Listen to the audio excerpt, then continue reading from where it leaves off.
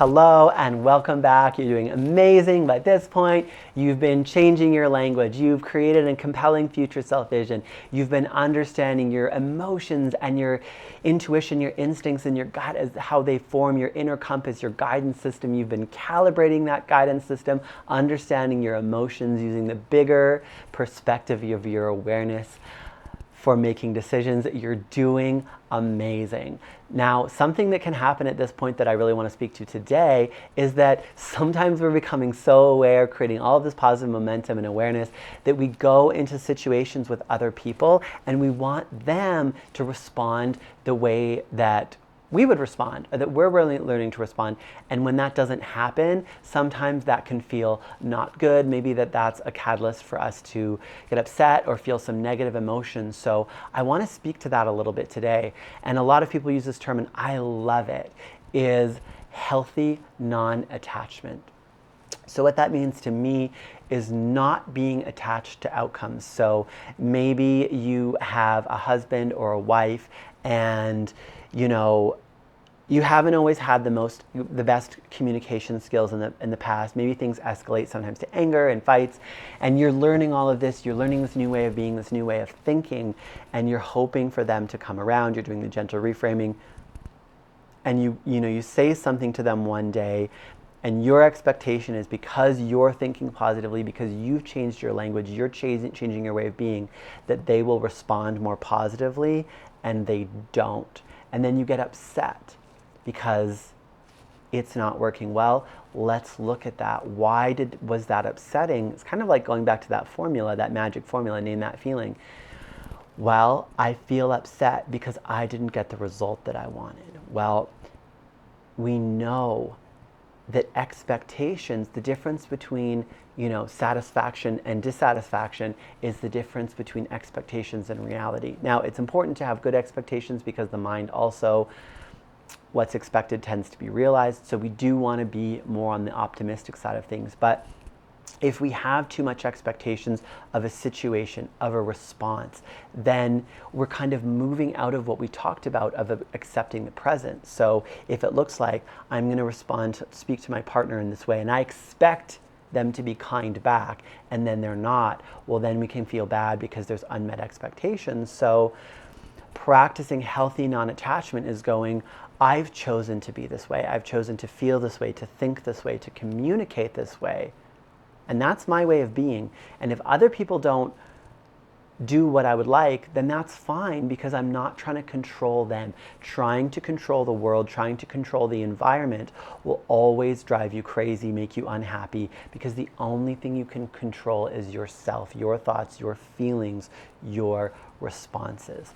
And so just practicing being this way of being that you're fostering and not being attached to outcomes. Another way to kind of calibrate this, since we're really into calibrating this week, is, if you're having a hard time thinking, what's the worst case scenario?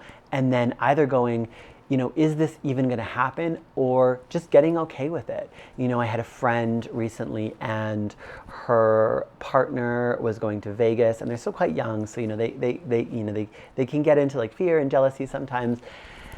And so she was trying to stay away from feeling jealousy and acting on jealousy. And I finally said to her, listen, avoiding it is driving you crazy. You got to do the opposite. You got to get there. What's the worst case scenario? And she was like, the worst case scenario is that he runs into his ex or some stripper, I don't know, and they fall in love and he leaves me. And then it's like, okay, and how likely is that to happen? And she just laughed, and she was like, it's not likely to happen at all. And then I said, okay, and even if it did happen, do you think you'd survive? And she's like, well, I'd be really devastated, but yeah. And then I was like, okay, and now how are you with that feeling of jealousy? And she was just like, oh my goodness, because it dropped from like a 10 to a 1. And so sometimes we try to avoid those feelings, and sometimes to get into healthy non-attachment, we have to go right to the worst place and go, is this even going to happen? And if it does happen, I'll be fine. That sounds like a funny thing to say, but it works. Maybe you've like some anxiety around flying, and you can go, well, what's the worst case scenario? Well, the worst case scenario is the plane crashes and I die. And how likely is that to happen? Well, statistically, you're more likely to die in the taxi on the way to the airport than you are in the plane. So that's not very likely. That feels better.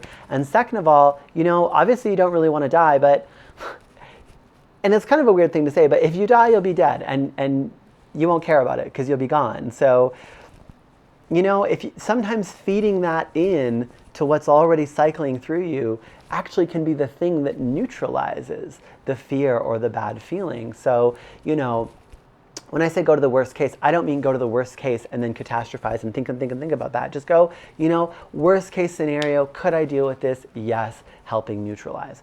The other way I like to talk about this concept is staying emotionally sober. So, we've talked about this before. We kind of get drunk on emotions. Anger is always a great example. It's kind of like when we're young and we go to the bar and we drink too much and then we say things or do things and then the next day we're like, oh, I wish I hadn't said that. I wish I hadn't done that. We do the same thing with emotion. We get drunk off emotion, then we say and do things that we regret later, we wish we hadn't done. And so practicing emotional sobriety, and you have a lot of tools, a lot of tools.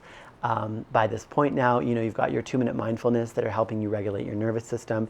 You have your reframing of thoughts and meanings, so you're not even letting those meanings get attached to things that get you worked up. You're exploring emotions in the moment and knowing that even negative emotions are there for guidance, and once you get the guidance from them, the emotion tends to dissipate. So you've got a lot that's helping you stay calm and regulated. So just reinforcing that, and in a situation, just even saying, I'm choosing to stay emotionally sober. And sometimes we need an emotional designated driver, which I know is a hilarious concept, but it's great because you remember it.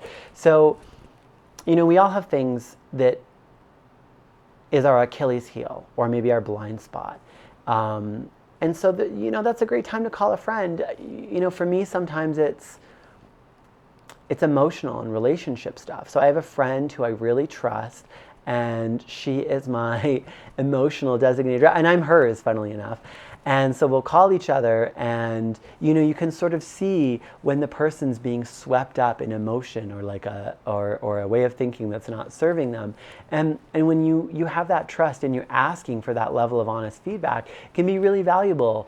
So practice emotional sobriety. Notice what that feels like in your body, what the experience of going through interactions is, staying emotionally sober versus getting emotionally drunk. Which feels better to you? Which do you like the way you respond better? And then, in certain situations, maybe do that. Reach out to an emotional designated driver, or maybe you realize that you are someone's emotional designated driver. And even having that analogy can just help you communicate this concept. But just overall, letting go of expectations, accepting reality, all the stuff that we've been working on, getting into a state of flow instead of a state of resistance is all going to help you with that. Practicing healthy non-attachment, staying calm, staying emotionally sober. And a lot of people chase happiness, but happiness is actually stimulation. We can't always be stimulated, but we can always be at peace. And being at peace is one of the best things in the world. So practice that healthy non-attachment, stay emotionally sober, be at peace, and the experience you're going to have of life is going to be so much better. I know you're experiencing it already. You're doing amazing. Bye for now. I'll see you in the next video.